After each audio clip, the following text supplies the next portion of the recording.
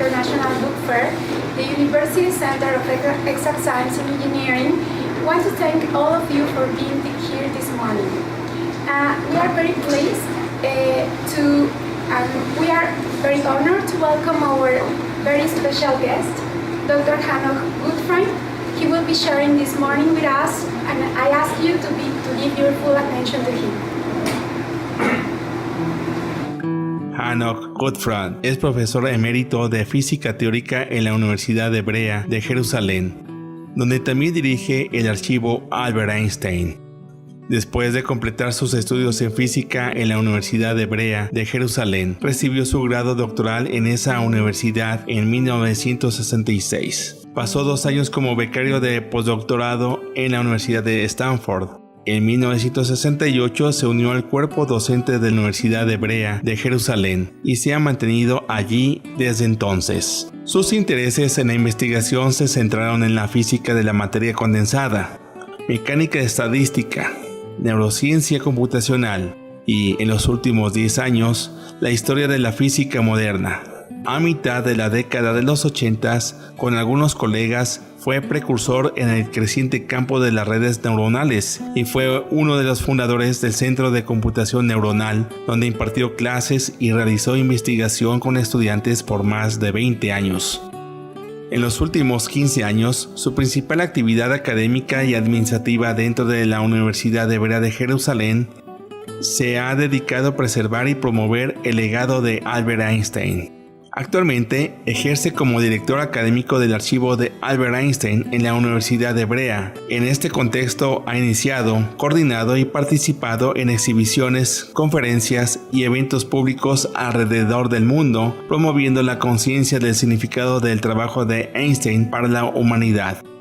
Recientemente coescribió 3 libros sobre la génesis y evolución de la teoría general de la relatividad y sus consecuencias para la comprensión actual de nuestro universo.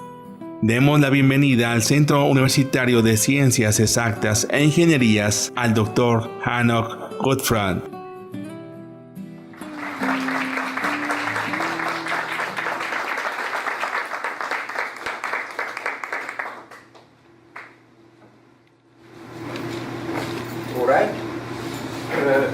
Good morning.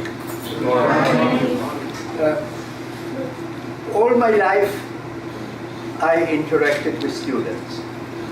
So whenever I have an occasion to speak to students, I am happy. So this is one of those occasions. So today we are talking, is that okay? Because I like to stand. Perfect. Perfect? All right.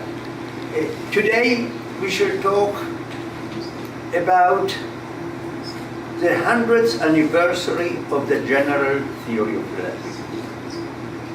This is an event in the history of science, the history of mankind. The whole world is celebrating this event in the last 2 years.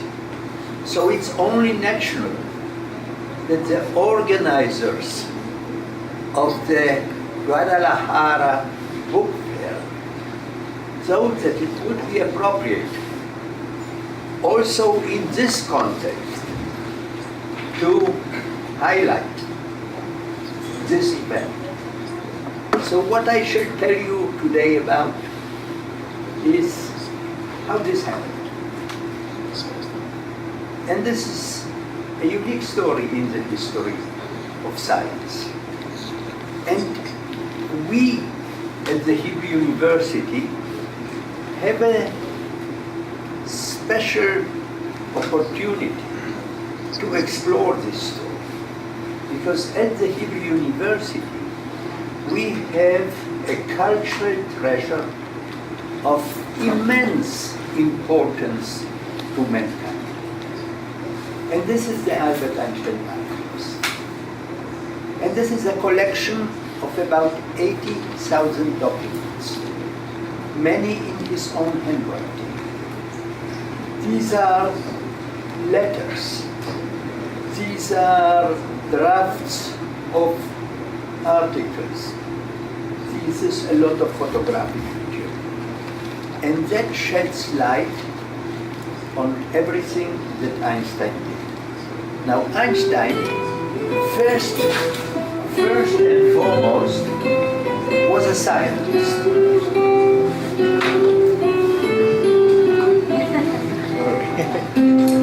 You would like it.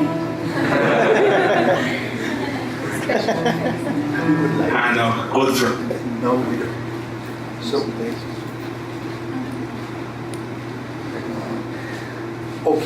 So first, he's famous because he was a scientist. But having said that, he expressed his views on every issue that was on the agenda of mankind, and he launched an untiring attack against any expression of extreme nationalism, of discrimination, of wars. And in these archives, we have material that shed light not only on his scientific activities, but on everything that he did. And these are topics like nationalism and nationality, war and peace, human liberty and human dignity. In his time, the question of human rights appeared for the first time on the arena of mankind as a moral and political issue. There is material about the fate of the Jewish people, Zionism, the Hebrew University, his personal life, and much more. And he expressed his views bluntly. He was not compromising. He was a very opinionated. Sometimes his views were expressed that looked like simple-minded, but he was not simple-minded.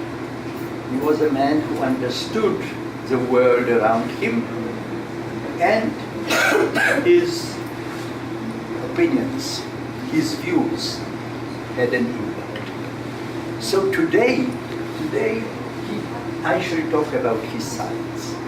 Because Einstein was first and foremost the engineer and the architect of our new understanding of the physical world.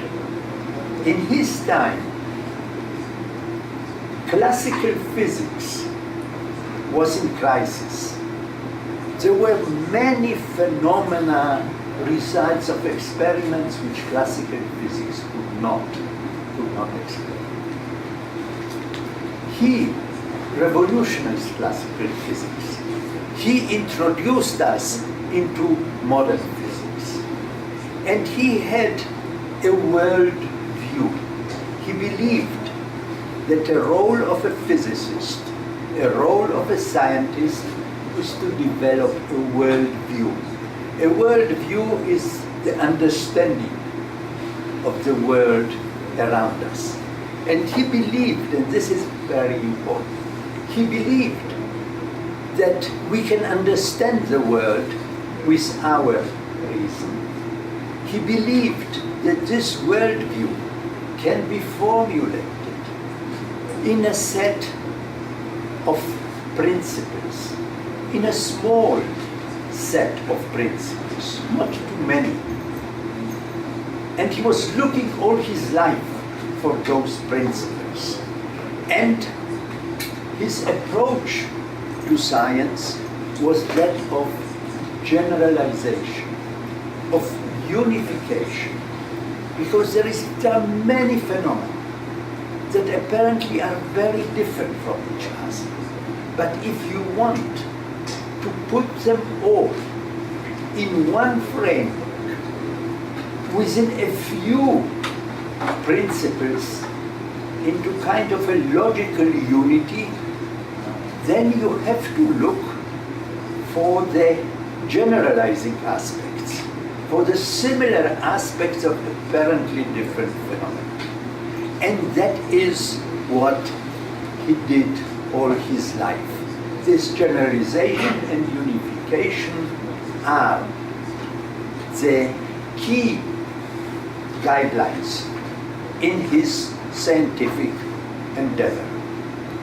Now, everything I talk to you is summarized in these two books. The first book is The Road to General Relativity. It explains his struggles. It explains why it took him 8 years from the moment he launched this effort until he accomplished that. And the second book that talks about the consequences of general relativity. I shall tell you today, briefly, about both. On the road to general relativity and on the meaning and consequences of general relativity. And the first book has recently also been translated into Spanish, your language. Now, we are now in year 1905. Einstein is 26 years old. He is not working at a university. He is not working at a scientific institute because he could not get a job at a university. So he is working as a clerk in the patent office in Switzerland. And he has a boy, 1 year old. Therefore, when he comes home from work, the boy is sitting in his lap. And everything that he did in that year, he did in his free time. And the historians of science refer to this year as the miraculous year. A miracle. A miracle because of what he achieved in 1 year. But I refer to this miracle not only what he achieved, but under what circumstances he achieved it. And I shall repeat it again and again because this is an unprecedented event in the history of science. So what did Einstein achieve in 1905? So the first thing, there is a topic in physics that is called Brownian motion. In the year 1827, there was a botanist, Robert Brown, and he suspended on the surface of a liquid particles of pollens of flowers, and through the microscope he observed that they move erratically at random. For more than 100 years, physicists try to understand what is the cause of this motion, without success. They even assigned some vitality to this movement. Here comes young Einstein and assumes that this motion is due to the impacts of the molecules of the liquid from all sides at random, and he makes calculations, and his predictions are verified, and with that he establishes the reality of atoms.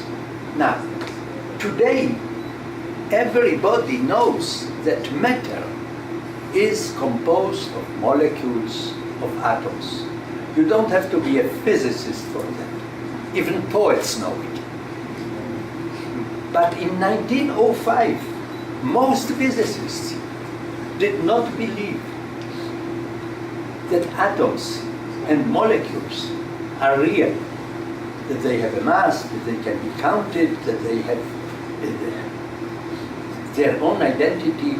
People knew that it is a good metaphor, a good model, but Einstein, with this work, for the first time and forever, established the reality of atoms. Now the second thing, the photoelectric effect. The photoelectric effect is this phenomenon that when light strikes the surface of metal, electrons are emitted. light is converted to electricity. When I give this talk not to physicists, but to poets, yeah, I tell them, you know what is the photoelectric effect. How do you know what is the photoelectric effect? Because whenever you stand in the door of an elevator, the door doesn't close. Why? Because you block the trajectory of light from one side to another. If you would not be there, that light would generate the electric current and the door would close.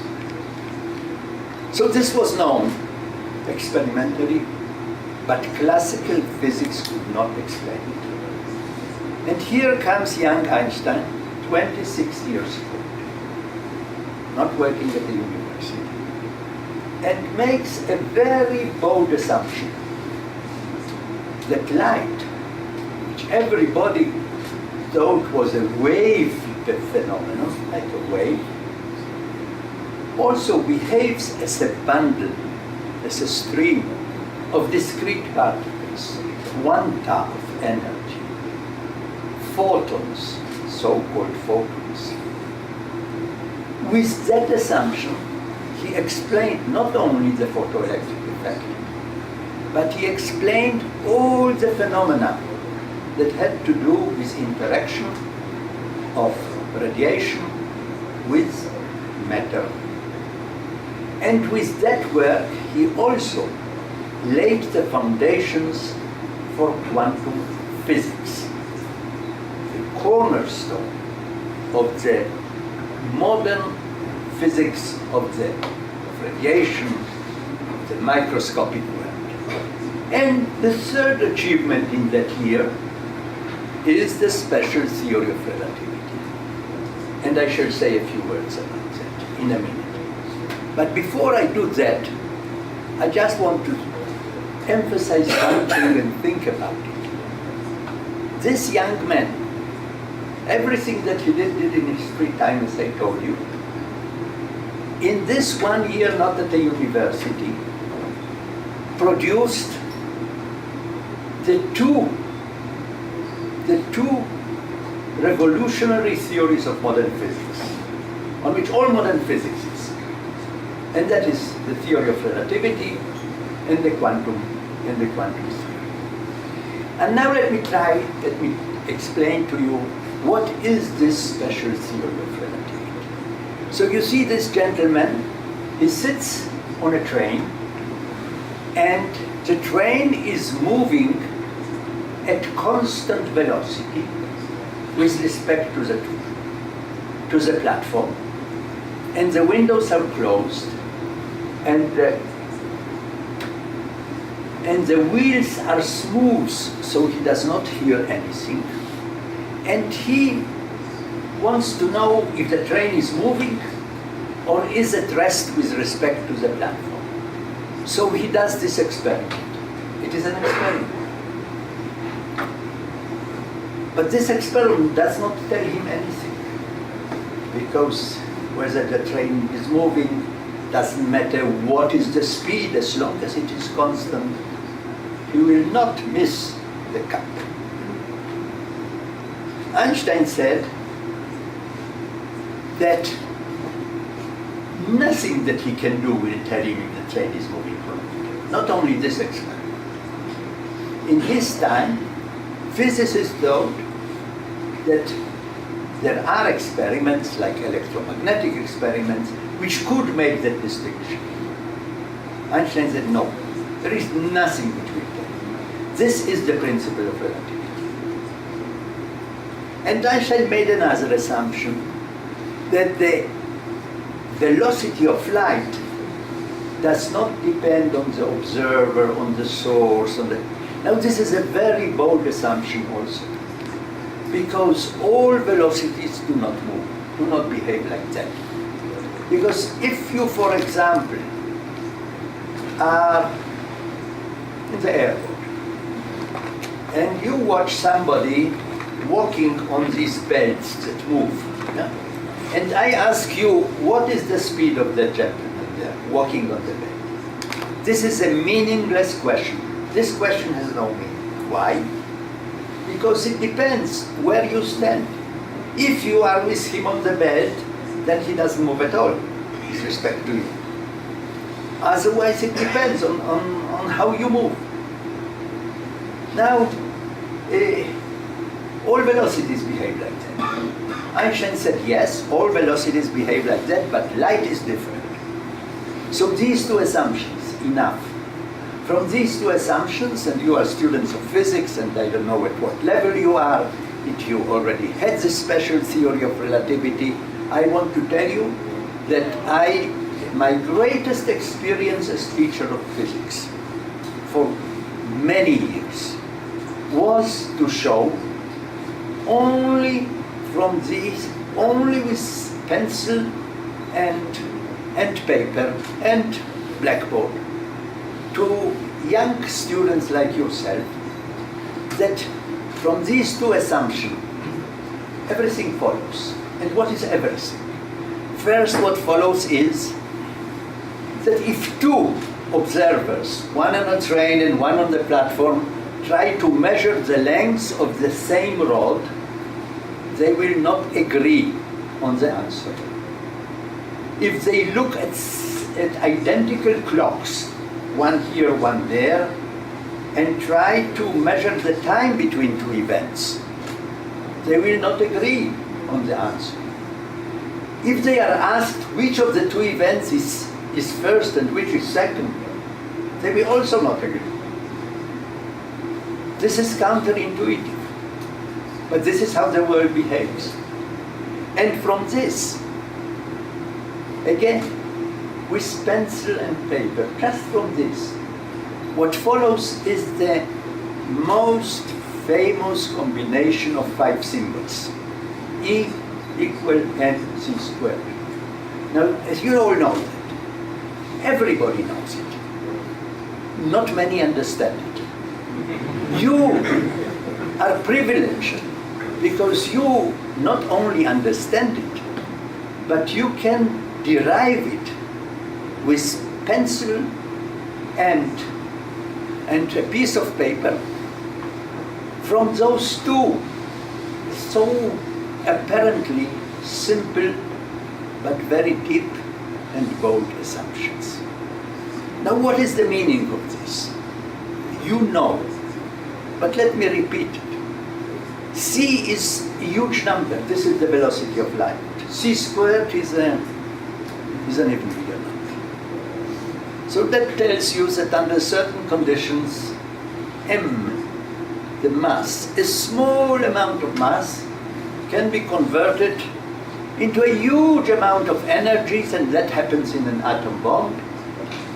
And this huge amount of energies, you know that when a nucleus of uranium is split into 2 nuclei, the mass of the 2 nuclei is a little smaller than that of the nucleus of uranium, and that difference can produce an energy which can destroy a city, as it happened twice already in the history of mankind. And when you do it in a controlled way, you have a nuclear reactor.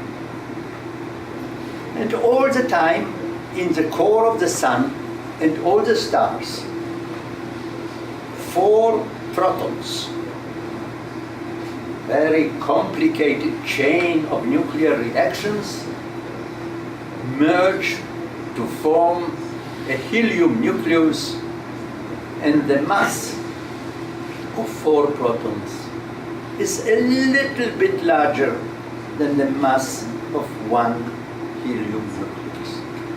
And that difference is all the solar energy.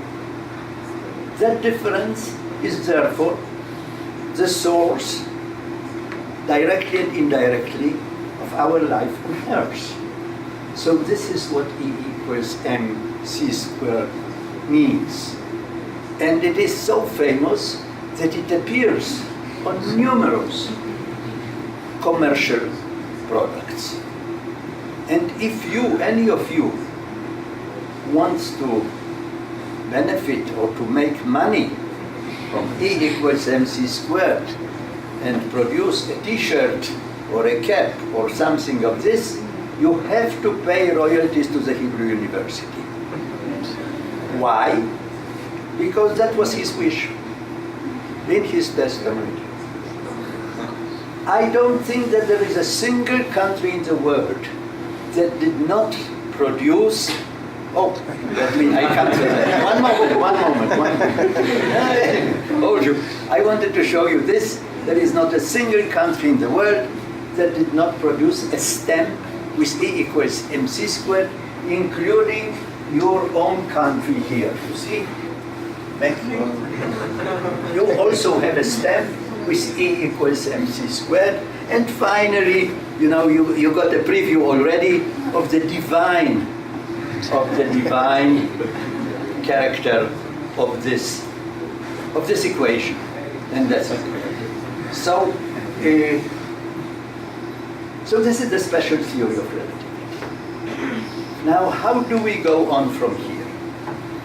Remember, I told you that Einstein wanted to generalize. Everything that Einstein did, by the way, in 1905 would have been done even if there were no Einstein, by others. Maybe not in 1 year, maybe not by one man. But it would have been finally done because everything he did in 1905 was in response to issues on the agenda of physics. All the physicists knew the problems. They were giants of physics. They were looking for explanations. It is interesting that Einstein, they knew what Einstein knew, he knew what they knew, but he looked at things differently, and therefore he succeeded. Yeah? But sooner or later it would have been done. This we cannot say about the general theory of relativity. There was nothing on the agenda of physics that compelled scientists to look for an extension of this special theory of relativity. Newtonian physics explained to great detail the solar system, the motion of the planets. There was one minor effect that Newtonian physics could not explain, and I shall come to that. But that in itself was so minute, would not cause a whole revolution in Newtonian physics. Einstein thought different. Einstein thought that once this special principle of relativity has been justified, and there is a theory, and it fits experiment, everybody, every intellect that looks for generalization should look for a broader view. So this is something that if not Einstein, maybe would not have done in 50 years, maybe not until today. But that was because there was nothing on the agenda of physics which compelled him. Only his idea that that's the way how the universe has to look. Because he thought this was looking for this general principle. Now, what was the problem with, why was Einstein not happy with the special theory of relativity? The special theory of relativity talks only about constant, homogeneous motion. There is no acceleration. The special theory of relativity does not include, there is no room in the special, there is no way to include in the special theory of relativity for reasons that will be too complicated now to discuss. That is to include the force of gravity, gravitation. The most important force which holds the solar system together which holds the moon in its orbit around the Earth, not allowing it to escape from its orbit. So Einstein thought that that has to be corrected. And then he remembered this old scientist, Galileo. And there is a myth that Galileo went up to the tower in Pisa, the tilted tower, and used to throw objects of different weight and different composition, and they all reached the ground at the same time. I say it is a myth because he did not have to go up to do this. He knew that they would fall at the same time. Every physicist knew that phenomenon. Einstein took this phenomenon as the cornerstone of his modern physics, of his new theory. And Einstein did what is called, in German, Gedankenexperiment, a thought experiment. He used it very frequently. A thought experiment is not an experiment that you do in the laboratory, but you imagine a certain situation and you draw the conclusions from that situation. And the thought experiment that I am referring to is this thing here. You see this lady, she is in a rocket, and the rocket is somewhere in outer space, and there is no gravitation there. And it is accelerated upwards. Now she drops objects, and these objects reach the floor at the same time. Why do they reach the floor at the same time? Because the floor reaches them. They do not fall, there is no gravitation, they are not there. But the floor reaches them at the same time. Now suppose that this rocket is not accelerated, but is on the surface of a certain planet. Yeah. And that planet has the force of gravitation, of gravity.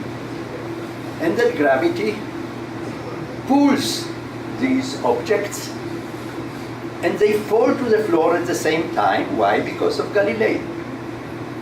Now the question is just the same question as we ask on the train. Is there any experiment that she can do to tell her if she is accelerated or if she is in the field of gravity? What's the answer? Can she do an experiment that will tell her? Say it, you don't just say it. No, there is nothing that she can do that will tell her if she's accelerated or gravity. And what does it mean? It means that acceleration is equivalent to gravitation. Any theory, now, if you generalize this relativity principle to include acceleration, at the same time you have a new theory of gravitation and vice versa. And this is called the equivalence principle. And Einstein referred to this insight as the happiest thought in his life. And he had this thought in 1907. And from that moment he worked tirelessly to develop this new theory. And it took him 8 more years. And I shall not tell you in greater detail why it took him 8 years. The whole book that is now in Spanish is about that. But the reason is that he made every possible mistake on the way. And that is also an important insight. This does not diminish his talent, his status of real genius, his deep insight, his innovative and imaginative way of thinking. But on the way, it's a very complicated mathematical theory He encountered all kinds of difficulties. He had the correct result, the correct equations of the general theory of relativity already in 1912, at the end of 1912, 3 years before he actually published it. But he misinterpreted the results. He thought, of course, every equation, the equation of general relativity that he was looking for, in the limit of low fields, has to reduce to Newtonian physics, because Newtonian physics is correct. We have to get Newtonian physics. He erroneously thought that what we achieved in 1912 does not reduce to that limit. And therefore he abandoned it. And from 1912 until 1915, he made argument after argument why what he achieved in 1912, what he was looking for cannot be done. He did something partial and something wrong. All his arguments were wrong. Until in 1915, he achieved his theory. Now, what is the conceptual revolution of the general theory of relativity? The conceptual revolution of the general theory of relativity is that first of all, in the new theory, gravity is not a force. Gravity is a geometrical property of space-time. You see, in Newtonian theory, space and time form the absolute arena on which all physics happens.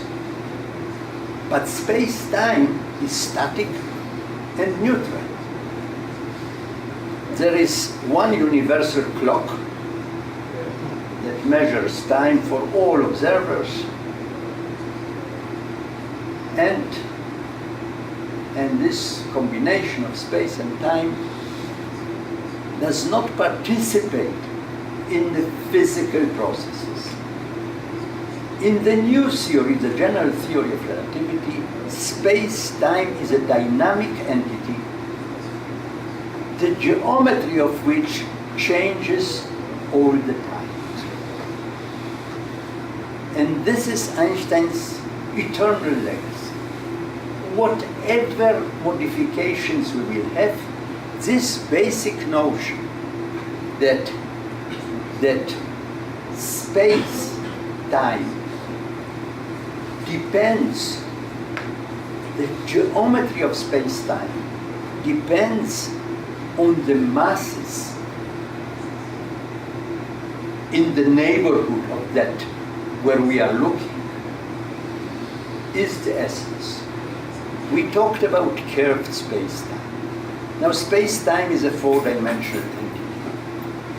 We cannot, by our intuition, imagine, even in 3 dimensions, what is curved space. We can imagine, and that is a very instructive, educational metaphor that everybody can understand, and I use it to general audience. Because if you have a trampoline, and on the trampoline you place a large, massive object, then there is a valley, and you roll a small marble, and the marble in that valley then will move in a certain curved trajectory. If it has not enough velocity, it will fall onto that large mass. Now, if you, as an observer, look at it, and you say are colorblind, and you don't see the trampoline, so what do you see? You see 2 objects attracting each other, because one falls to, so you assume there is a force. But if you know this, there is no force. It is only the property of space-time. And this is the essence. This is the deep insight of general theory of relativity. And So you see, the picture is that you have many masses, and around each mass there is a certain curvature of space. And when these masses move, then this curvature and this shape also moves. Now we can ask a question. Suppose you have at some point two huge masses. Then the space around them is distorted. And if these two masses move, then this distortion also moves. And the question is, if there are two major masses that move around or merge together, and they create around them this motion of space-time, the question is, Einstein asked himself this question, if this distortion will propagate outside. If it propagates outside, you have a gravitational wave. These are gravitational waves that have been detected very recently, for the first time 2 years ago. They occur as a merger, as a collision of two black holes or of two neutron stars, other esoteric objects. So that is the essence of the general theory of relativity. And you see, so one talks about matter that curves space-time, and that we say matter and light moves in that curved space-time. Now when Einstein formulated his general theory of relativity, he sat down and summarized it in a paper, and we have that manuscript. 46 pages long, in his handwriting. Whenever we exhibit pages of this, it attracts thousands of people. We are all, fetishists. We like these objects. This gives us a sense of the time and identity with him. Here he was sitting and writing that. But, and I'm not going into details, it is not only the pleasure. It is also for historians, or for anybody who wants to understand how he thought, a great advantage. What he erased, what he thought. We, for example, can see here that he wanted right away to explain the whole thing. Then he erases the title, and you have the same title here, and he adds a few words in the introduction. And in the words of introduction, he explains, he makes a few introductory remarks. He mentions the great mathematicians like Riemann and Gauss, Levi-Civita, Ricci, the Italians, who investigated this mathematics of curved surfaces, which he did not know, which he had to learn. But it took him 3 months to master this very complicated mathematical methods. And then he said that he wants to save the physicists to go to libraries and to find the books and to learn it. Therefore, the first half of the 46 pages, he teaches physicists for the first time the mathematics of what is called differential calculus, tensor analysis, and it is very systematic, very beautiful. We cherish this manuscript. We refer to this manuscript as the Magna Carta of physics. And you see, one of the predictions of the general theory of relativity is that light from distant stars is deflected by the gravitational field of the sun. And it is a very small amount. It is 1.7 seconds of an hour. And when that prediction was confirmed, in 1919, by astronomical observations, Einstein became overnight a world celebrity. Today, you can imagine your young people, so you know what I'm talking about. Think about Elvis Presley, think about Michael Jackson, think about Madonna. Take all of them together, that's what Einstein was in one overnight, one day. And all the newspapers in the world had these sensational New York Times, London Times, had these sensational, all the newspapers, frontline titles, dramatic expressions and a big drama. And Einstein himself, you know, he later wrote Newton Forgive Me, because they all said that he overthrew Newton's idea. Newton, forgive me, you accomplished whatever you could in your age and time. But that was too early for ideas that emerged later. He always referred to that he was standing on the shoulders of giants.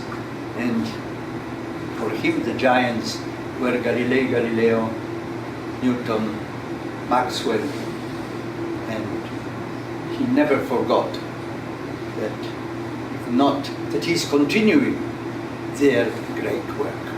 Now let me talk to you about another prediction of general theory of relativity. And that prediction, the other prediction that I want to tell you about is the gravitational redshift. And the gravitational redshift is the following. You know, light that we observe from stars, from sun, is emitted by chemical elements. And all elements have a typical spectrum, and that spectrum has typical lines. Typical lines, they are characterized by a specific frequency or a specific wavelength.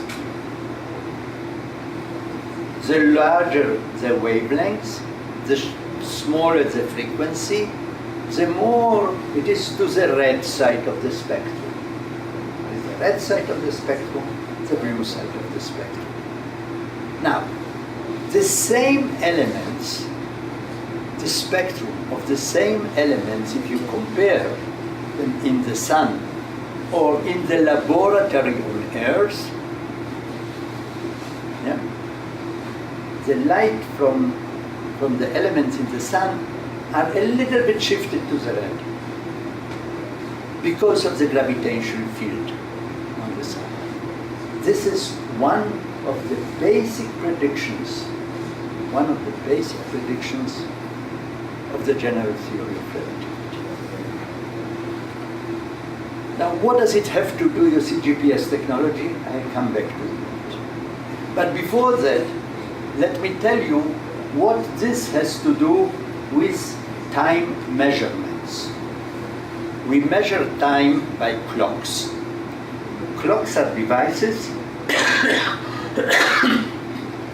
in which there is somewhere a periodic motion, and we count the number of periods and you measure time. No. Time measurement has to do with some periodicity. No? Old times, there are cultures where time was measured by the number of cigarettes from this well to the next well that you smoke. So this is a periodic motion. Like, you get 10 cigarettes is the time between this well and that well. On the nice clocks, on the walls, the pendulum is the periodic motion. More accurate clocks today are the atomic clocks. In the atomic clocks, the periodic motion is the periodic motion of the electrons in the atom. This is exactly the frequency that I referred to before. In a strong gravitational field, that frequency is lowered. If that frequency is lowered, the pendulum is lowered, that means that the time is a little delayed. That means times, you see, in the special theory of relativity, we already saw that time is relative with respect to two observers who move at constant velocity with respect to each other. They will not agree on time. Here we have another effect. Here time depends not on the motion of the observer, but on the gravitational field of the source of the light, when you talk about atomic clocks. So if you look at two such clocks, one on the surface of Earth and one somewhere up there in the satellite, then the atomic clock on the surface of Earth will be delayed. Now, that experiment was performed exactly by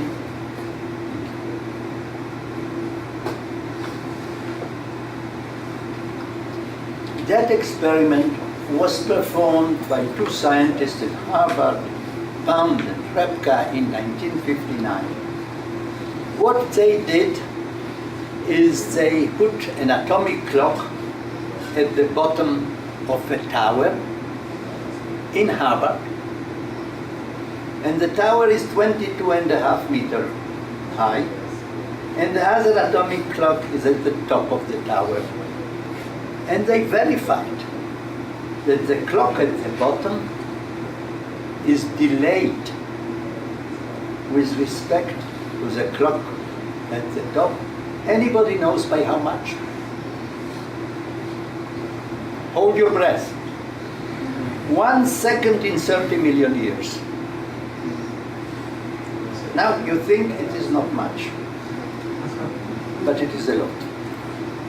It is a lot because if you now do not think about a tower that is 22.5 meters high, but think about a satellite which is thousands of kilometers away from you, then this difference is very significant. And why is this important? Because what is GPS technology? GPS technology depends on the following. The GPS system, global GPS system, consists of 24 satellites that are around the world, surround the world, every place on the planet or on the street. You have a direct line to 4 satellites. All the satellites simultaneously produce certain signals, the same signal. Your device listens to 4 of them and compares the time that a signal from 4 of them gets to your device. And from those time difference, you can do triangulation. And you can locate yourself exactly where you are. Now, for triangulation, you would need only 3. But you need 4 because it serves also airplanes, and you have to know also the altitude, not only that. And also if you are high. So you need 4.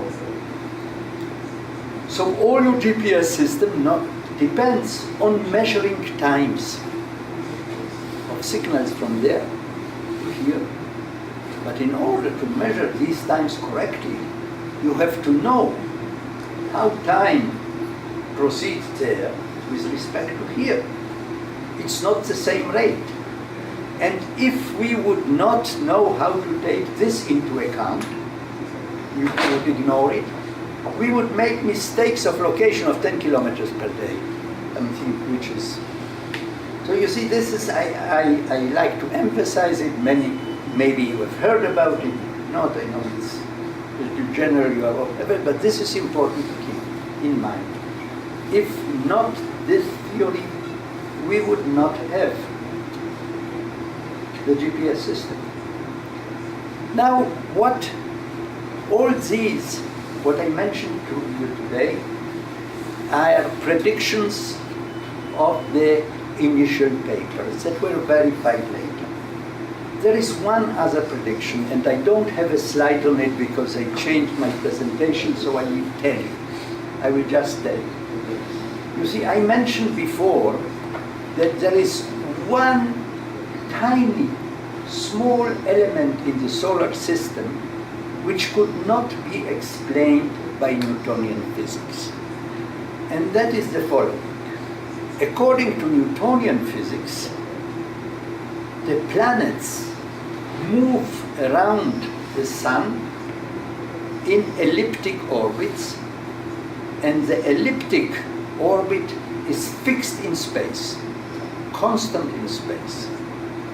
Astronomers already in the middle of the 19th century observed that planet Mercury, that orbit, moves by something like 5,600 seconds. That is a little, about 1.5 degrees in 100 years.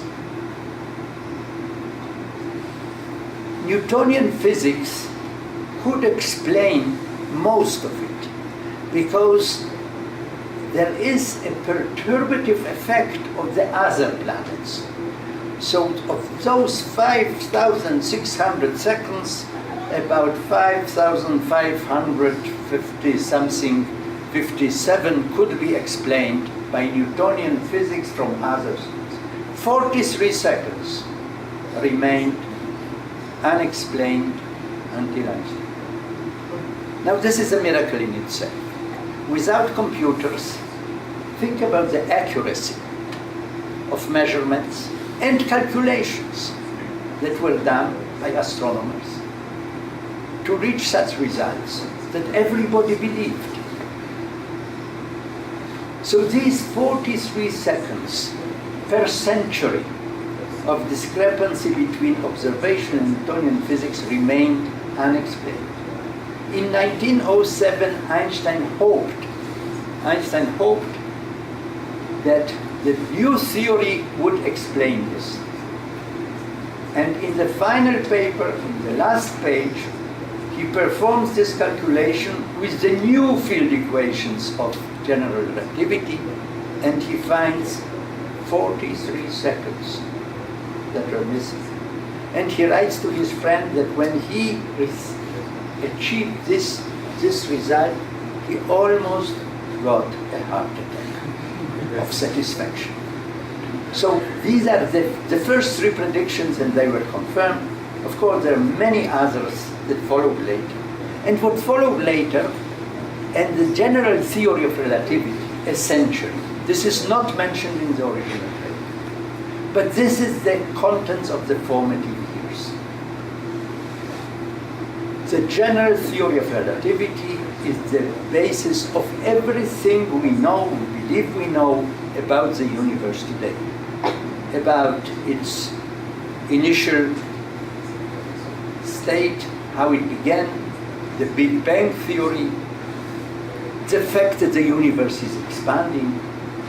Einstein, all the 20s until the beginning of the 30s, stubbornly defended the notion of a static universe that is not expanding. He did not want, for philosophical reasons, to worry about what happens at the beginning. There is a very dramatic process of how he evolves in his thinking from the static to the expanding universe until he expects the expanding universe. Today, we know that it is not only expanding, but the velocity of expansion is not homogeneous. It's acceleratingly expanding, and that causes other difficulties. Then there is, of course, the notion of black holes. It is not in the original prediction of the general theory of relativity, but immediately after its publication, there is a great scientist who died at very early age. He produced the first exact solution of the gravitational field equations, and that solution has a certain singularity at the origin that later is identified with the black hole solution. Einstein thought that it was an artifact, a mathematical artifact. He did not attach any physical reality to that, but that one can forgive him. The black holes were taken seriously only in the middle 50s, about the time of his death. So here is another thing that, and then gravitational waves. Now the history of gravitational waves, you all know, you all follow this great excitement, I mentioned it before, but the history of the gravitational waves is again not so simple. In 1916, the first person who raised the question of gravitational waves was that Schwarzschild. In a letter, he was serving on the Eastern Front. This was World War II. So he writes a letter to Einstein. I am looking at your equations, and I am very surprised because I cannot find gravitational waves. There is nothing. So Einstein checks his equations and he agrees, and he writes to Schwarzschild, you are right, gravitational waves do not exist. I mean, something propagating at the speed of light. Then he gets a letter from another astronomer who shows him what kind of coordinate system to use, and then he publishes a paper and he predicts gravitational waves. And then he gets another letter, and that person tells him, no, there is a big mistake in this, and he corrects it, and 2 years later he corrects that equation,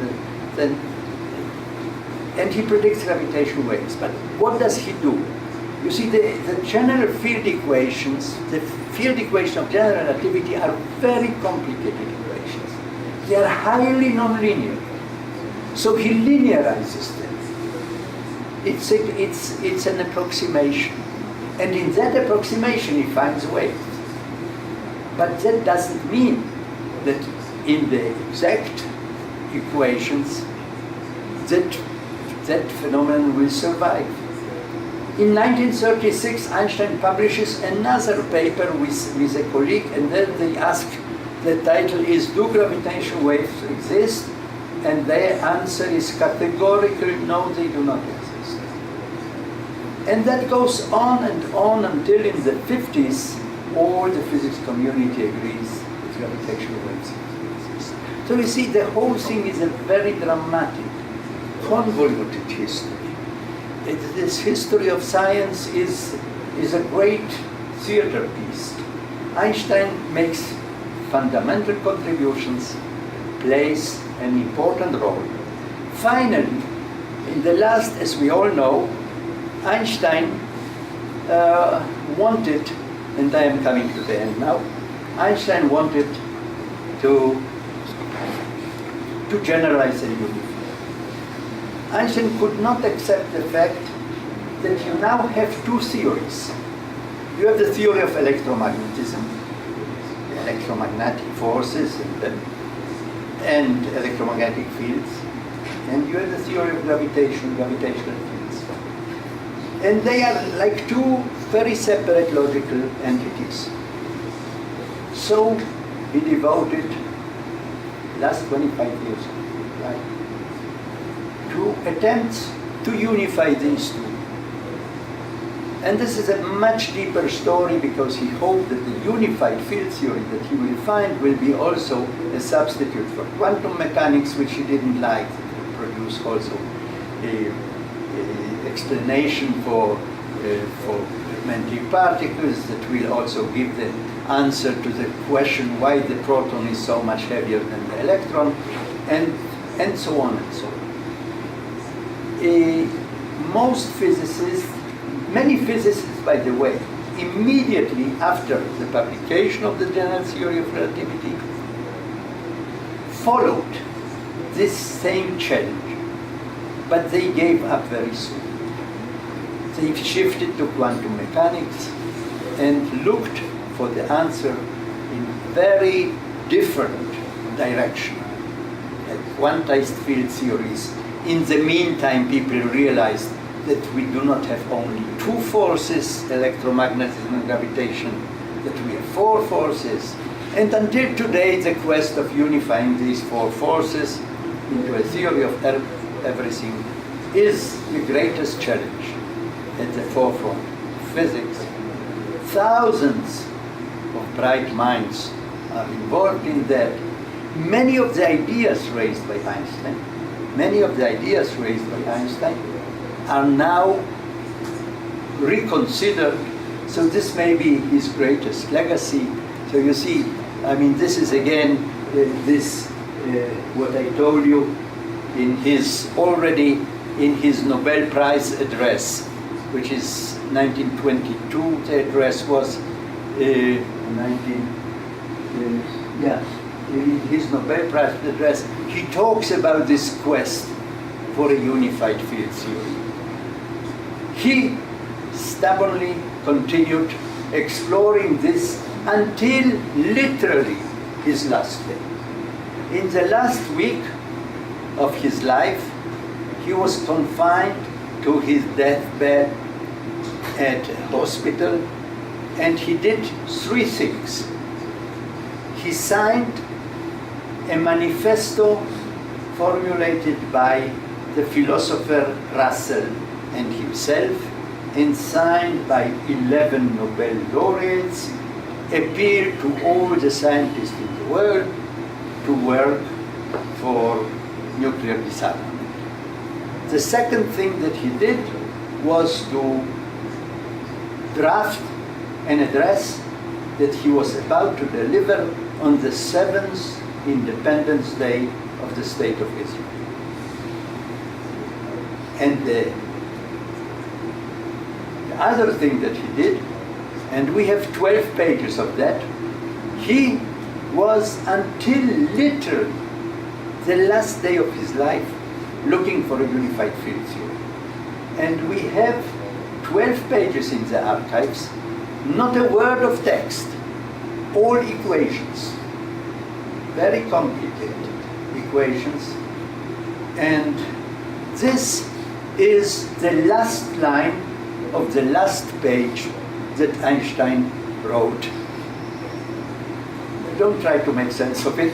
The 12 pages look like that. There are, all the pages are line after line after line of such formulas and equations. And then he closed his eyes and he died. On the next day in the Chicago Tribune, there is a poetic, a moving caricature in the newspaper instead of an obituary. And you see here a picture of all these planets and celestial bodies, but there is one planet which is different, because Albert Einstein lived here. Thank you very much. You are very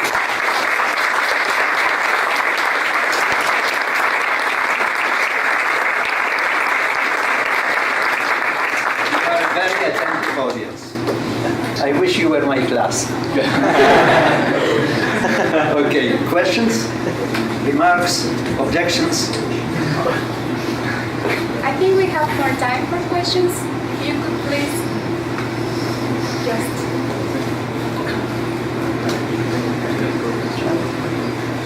Well, I would like to begin Yes. with you I would like that you could give us some recommendations to new generation to follow a scientific path, so they could be also more involved with our community. This is not about this lecture. No. It's a Now, when people ask these questions, okay, let me try. It's from the vista point of my age and my experience with so many generations of students like you, and they always.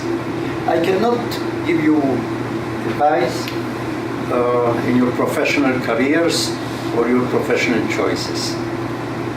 But whatever you do, and particularly if you go into science, first of all, it's important, several things are important to understand. That sometimes there are people who accuse scientists of introducing, by increasing certain knowledge, that can be used in a non-beneficial way. And that was the debate about nuclear weapons, that is the debate about cloning, that is the debate about many things with artificial intelligence today. So let me tell you one thing. First, I had a mentor, a teacher, who used always to tell us the following, that man cannot not know what he is able to know. So there is no way to control this evolution of knowledge and development. And therefore, what remains is this responsibility, how what is achieved is applied and used. That's one thing that we should keep in mind. We are compelled. This is our fate. We are doomed to know everything that we should be able to know and to discover everything we should be able to discover, no matter what its possible consequences are. This is one thing that we should remember. The other thing that I think we should remember, that there is a certain, and Einstein was very good at it, that the world view that I talked about before is not confined to one scientific discipline. You see, Einstein took very seriously this responsibility of a scientist to develop a worldview.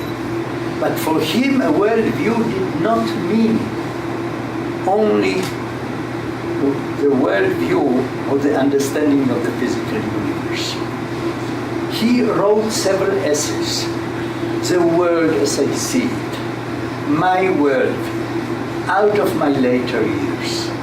Now, in all these essays, the worldview talks about science and scientific principles and the meaning of science for a meaningful life. And at the same time, about what he believed an appropriate political system, an appropriate attitude between human beings, philosophical and epistemological issues. He, by the way, did not believe in free will, because he was a determinist. He applied determinism also to living organisms. He used to quote the philosopher Spinoza, yes, but in this context, Schopenhauer, who said, man can do what he wants, but cannot want what he wants, because there is this eternal determinism. The other principle which I always also emphasize, the problems of mankind today, like how to feed mankind. You see, today we are, 7.5 billions? We will reach 10 billions 30 years or something, 2,000 more megacities in the world, as demographers predict. And so how does one feed that kind of population? How does one cure mankind? How does one protect mankind against environmental hazards? Of course, the answers will be in science, but not only in science. Science alone and technology alone cannot solve the problems of mankind if you do not take into account, and not as a lip service as you that, but as part, integral part of your exploration of your thinking, humanities, social sciences, anthropology, philosophy, cultural history, traditions, all that more than ever before. And that is something that people and scientists begin to realize.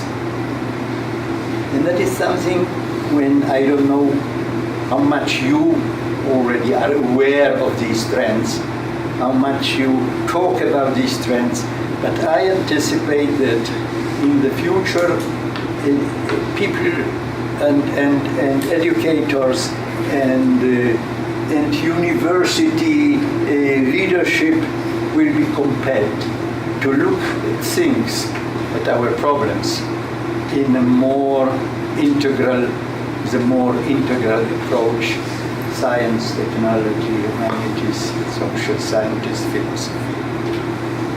So that's my answer. Okay? Do we have another question? Yes. Has there been any attempt to unify quantum physics with relativity?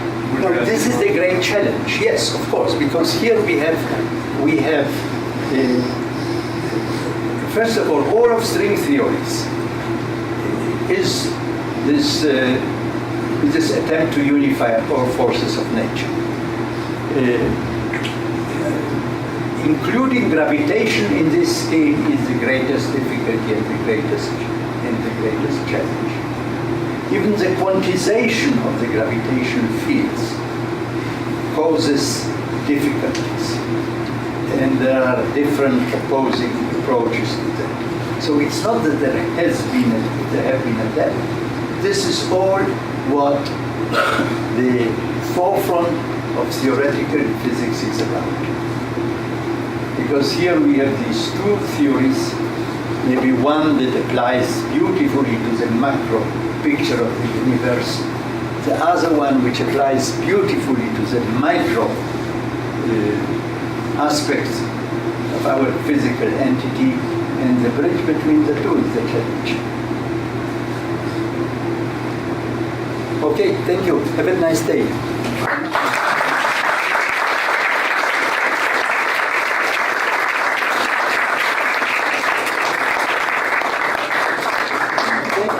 Thank you, Professor, for being so delightful with our audience today. Thank you for being here this morning. Thank you.